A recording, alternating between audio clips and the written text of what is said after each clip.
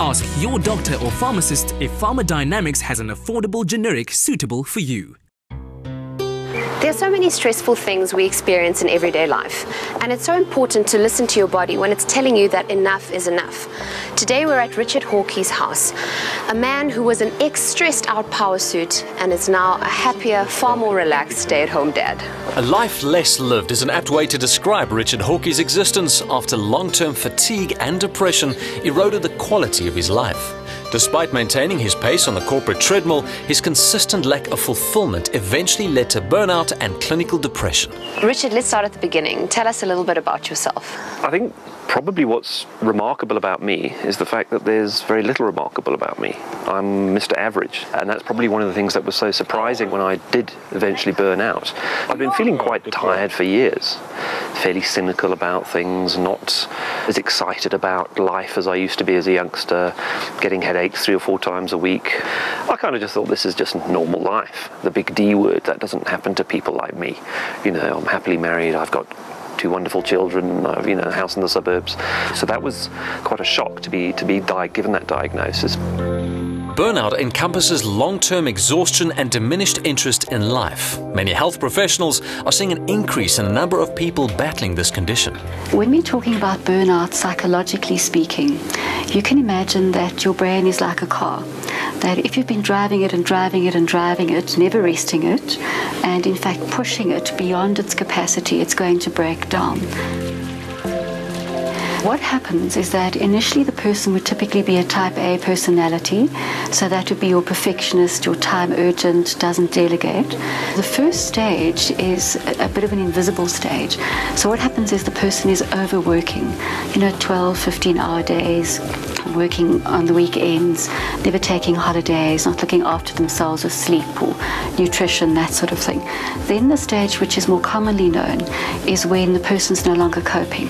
So they have sleep symptoms, they can't fall asleep, they can't stay asleep, and mood symptoms, road rage, bursting into tears, that sort of thing, sometimes panic, definitely more anxiety and worry. And then thirdly, the cognitive functioning starts to become impaired, where you're not quite as on top of your game, your memory's not quite what it was. And then of course the physical wear and tear, the backaches, the stomach aches, the migraines, the neck issues, and all of that clustered together, those are your early warning systems of burnout. You've actually taken the stigma of depression and you've dispelled that myth to make people understand that it can actually affect anyone, and you need to be really aware of what the signs and symptoms are. I'm not proud of what happened to me, but I'm not ashamed of it either. I understand now that it's an illness. I've taken responsibility for it. And unfortunately, there is a significant amount of stigma, and it has nothing to do with education standards. Trust me, there's a lot of stigma in the corporate world around this. Stress is almost a badge of honor.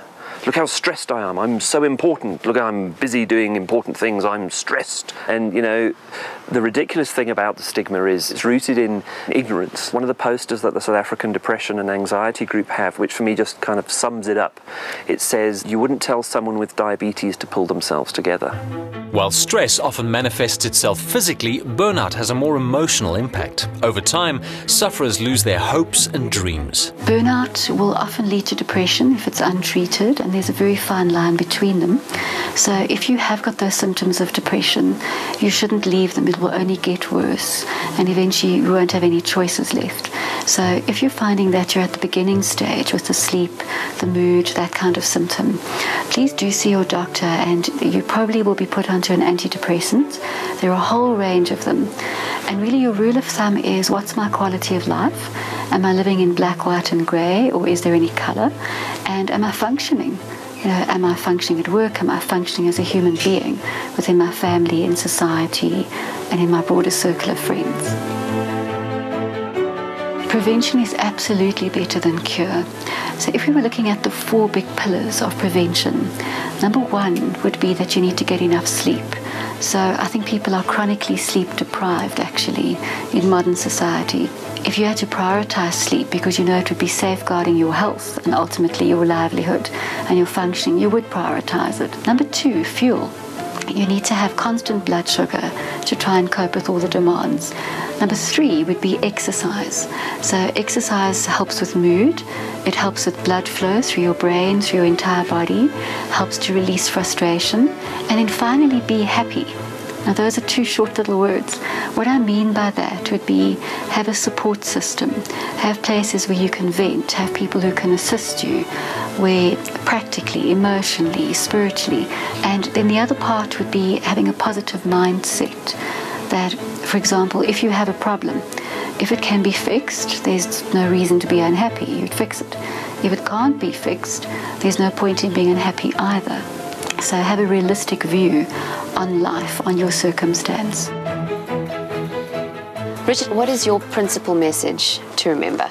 It's about just looking for that balance. Don't look for the magic solution. Magic solution is life. And it's about finding those things in your life that give you a sense of meaning and purpose and deep soulful happiness. And very often those are the things that don't cost any money, and they're the simple things. And I think it's about having a good relationship with ourselves first. A lot of it is really quite simple.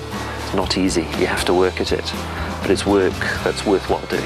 Recovering from burnout is a process of slowing down, finding professional support, and re-evaluating your priorities. Ask your doctor or pharmacist if Pharmacodynamics has an affordable generic suitable for you.